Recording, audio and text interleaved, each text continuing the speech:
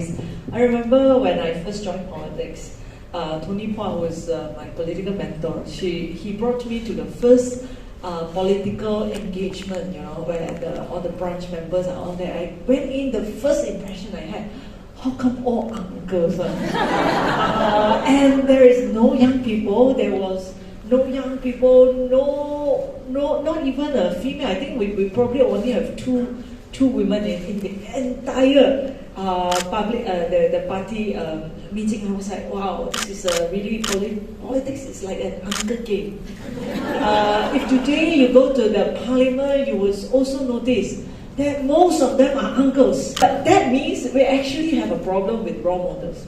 That means that, for example, a young people or a girls growing up, they do not see a role models. They do not see that, oh, I can be like her.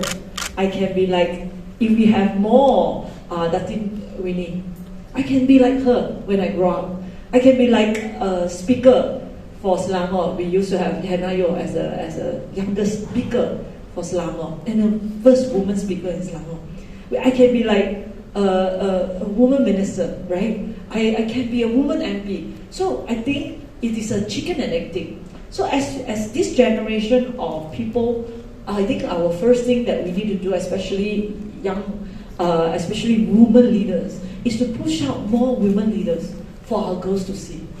So I see myself as a woman MP, not only that I will have to do things as an MP, but also I have a responsibility to show to the next generation of girls they can also be a leader.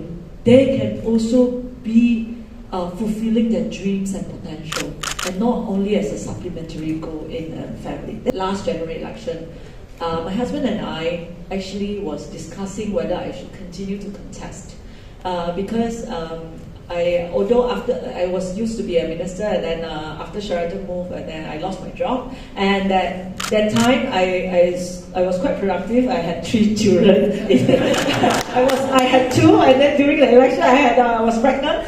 So we really had very, very small children, and I was pregnant. So I discussed with my husband. It was a discussion with my husband. My husband said, it's up to you what you wanted to do, what you want to do in your life. And of course, he actually could not understand why I wanted to continue. He said, I can provide for you, you can have a good life.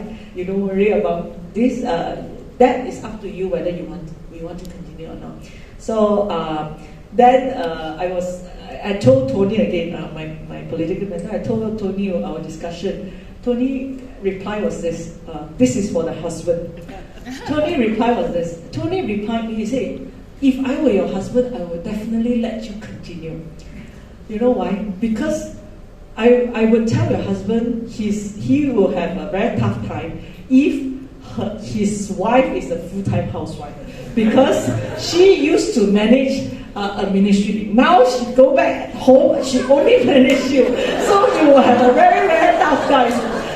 So that's my advice to the men out there.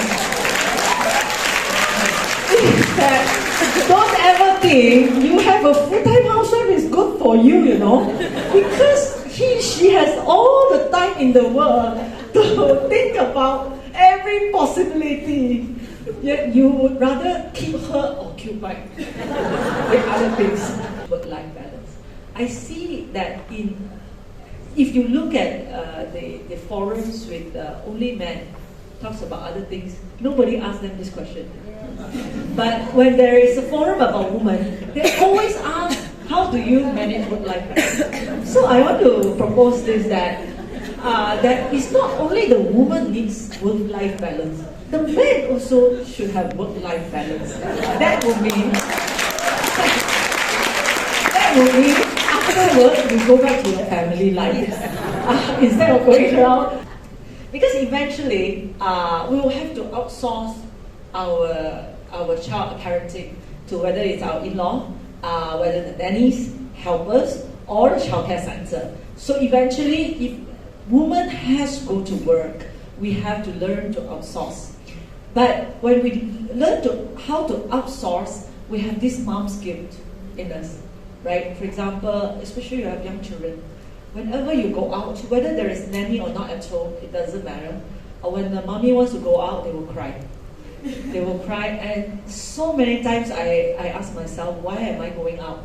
My children is crying and ask me to stay home, and then I'm going out doing things that I want, whether or not you want to do that. So I think many of the moments here we experience that, right? We experience the time when our children are sick, especially are young. So many of you have grown-up children. My children were like really very young, and when they grew, especially when you have many of them at the same age, actually one sick, all get sick together. And then that time you had to go out. So that mom's guilt is very, very strong. So how do we overcome that? I don't have an answer. But how do I overcome that as a person is myself? I'm not an expert in this, I'm an MP. So I cannot give you parenting advice, okay? I'm just telling you and showing you how I overcome. What I think about it is simple, is that whether or not the person that I outsource to will have the ability to do the same as I do. If the answer is yes, the outcome will be the same, whether I stay at home or not. So the thing is that why I want to stay home is so that I feel better as a mom. That is not that your children after they cry 5 minutes, you are out, you give them chocolate, they are done already. They forget about you. Then after you get home. So that is one thing. Second, I always think about it myself, is that what kind of a life I want for myself. Right? Let's say, for example, my children, one day they will grow up. They will not want me anymore. So those of you who have children, you will know, right? Once they grow up, they don't really want to be with the mothers or the fathers.